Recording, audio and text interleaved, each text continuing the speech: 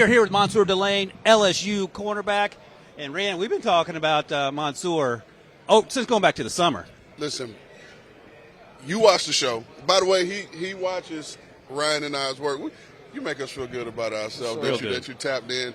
But he was a guy immediately jumped off the tape, not only what you did at Virginia Tech, but we had a segment called Young Fella of the Week. And you were brought up in our Young Fella of the Week after your Week 1 game. And obviously from there you just took off, man. Talk to us about the process of transferring from Virginia Tech to LSU and what that meant for you to come into such a storied program that with the amount of DBs that have come out of LSU. Sure.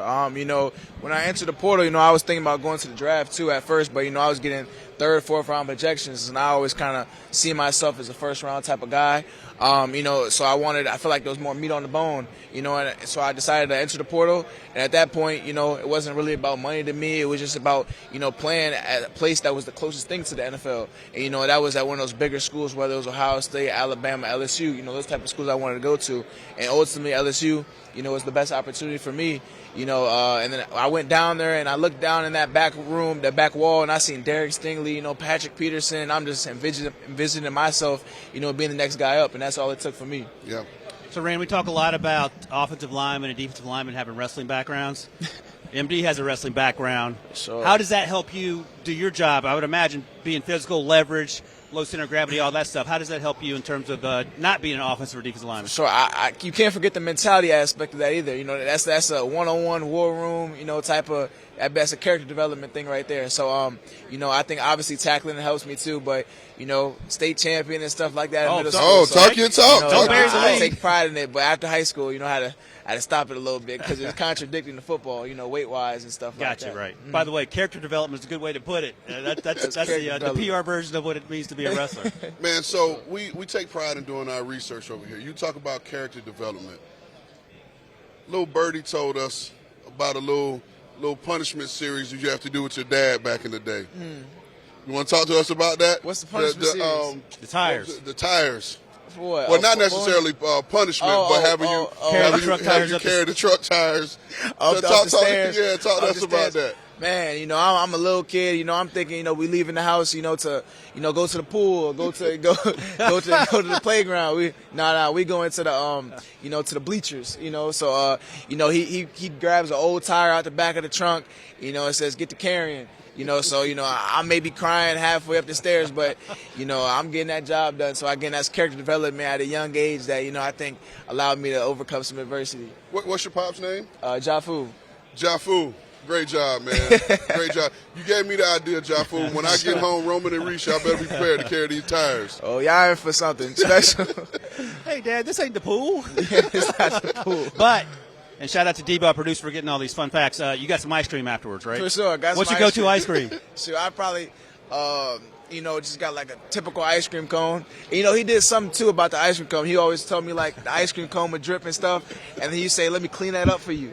And then I get the ice cream cone back and it's half gone. my kind of dad. That's Dad 101 right there. We call that paying your taxes. Yeah, you had an early experience of paying your taxes. For sure. Man, what does it mean for you to be here at the Combine? You just told us you were thinking about coming out last year. You bet on yourself this year. Investment paid off. What does it mean for you to be here, one, and then two, do you plan on working out, doing everything? Talk to us about what you're going to do here in Indy. Sure. It means everything, to be here. As a little kid, you dream of moments like this. I don't take none of this for granted. So many people want to be in my shoes. At the end of the day, I want to do things here, but, I had kind of got a procedure done at the end of the year. So me and my team just thought it was best for me to take a little more time, and I'll be doing everything mostly at Pro Day. Nice. So we talked to David Igbinosun about all the wide receivers he's faced to practice. You had a similar situation at LSU. You had Barry Brown, Chris Hilton, Aaron Anderson, who we spent a lot of time talking about over the summer. How did those guys help make you better during the week? So when you stepped on the field on Saturday, it felt like no one had a chance. Sure. Yeah, spring practice, I'm coming to the SEC, so, people are telling me I can't play at this high level. So, I'm taking practices serious. I'm taking them as game day. So maybe sometimes they like, Soar, chill out, some type of days. But nah, I need to prove to myself that I am who I say I am. So, really just took practice very seriously. Those guys are one of the fastest people, quickest people I've gone against all year. So, like I said, game days was easy because how seriously I took practice. So, again, shout out to our producer, Debo. He does a good job with these fun facts. You got barbering skills. We need to hook up. No, I got you for sure. Listen, let me. So, I was going to ask, how would you tighten my man Ryan up? Walk us through.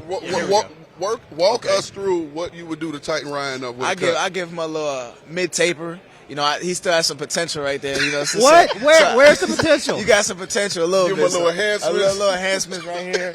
Bring some life back a little bit. Some life back to it. But it's good. You got something good going on. When he came back telling me I was beyond, I'm being exposed as being an old person. Thank you. I appreciate that. You go good. That's something. Listen, one of the things we like to do is we like to have fun, let you guys show your personality. But I got a game I want to play. And I'm going to name 2 wide receivers. And you're going to tell me which one you'll be more excited to lock down. All right? A.J. Brown or George Pickens? Pickens. Pickens or Malik Neighbors? Malik Neighbors. Malik Neighbors or CeeDee Lamb?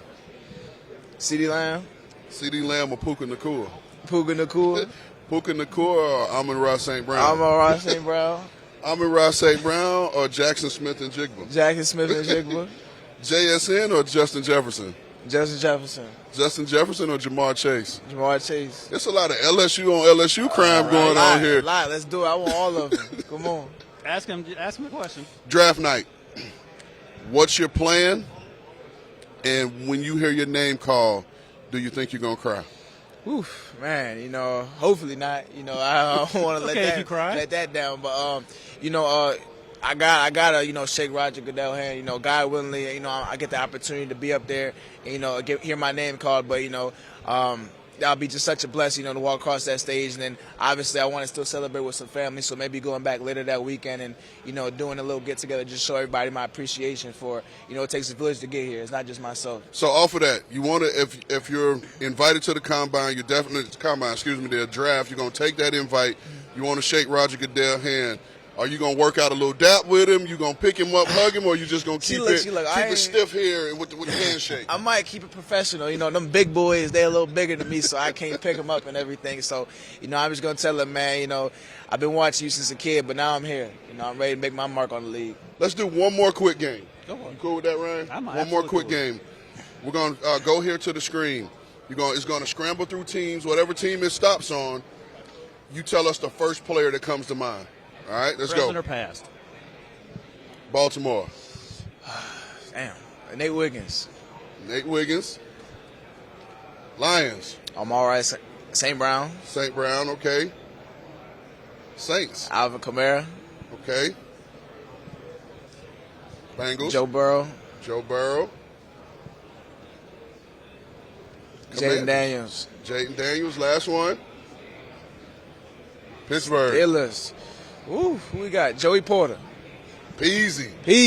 And if you'd given him the past or present, Ray Lewis is that's who he looked up to. Oh, yeah, you were a Ravens fan. Favorite player right there. There you go. Yeah, you might cry when you first walk in that stadium and play. Man, I got to. I played in there multiple times, though, already. So, now I just got to be on the field, like, why it's a game rather than a halftime show, type of deal. So, that'll be definitely Did you do the Ray Lewis dance when you got on the field? Yeah, I practiced that Ray Lewis dance forever. I think I cried, actually. One of my only times crying was when his last. Hold on. Right, here we go. You got to give us the Ray Lewis on the way out. Hold on. See, you went too far. Come on, give us the Ray Lewis on the way out. I can hit it. Come on, go ahead. I'm going to hold the mic for you. Give us the Ray on the way out. I don't remember completely, but yeah. That's it. Okay. Yeah. Mansoor Delane, LSU, soon to be NFL. Thank you, Mansoor.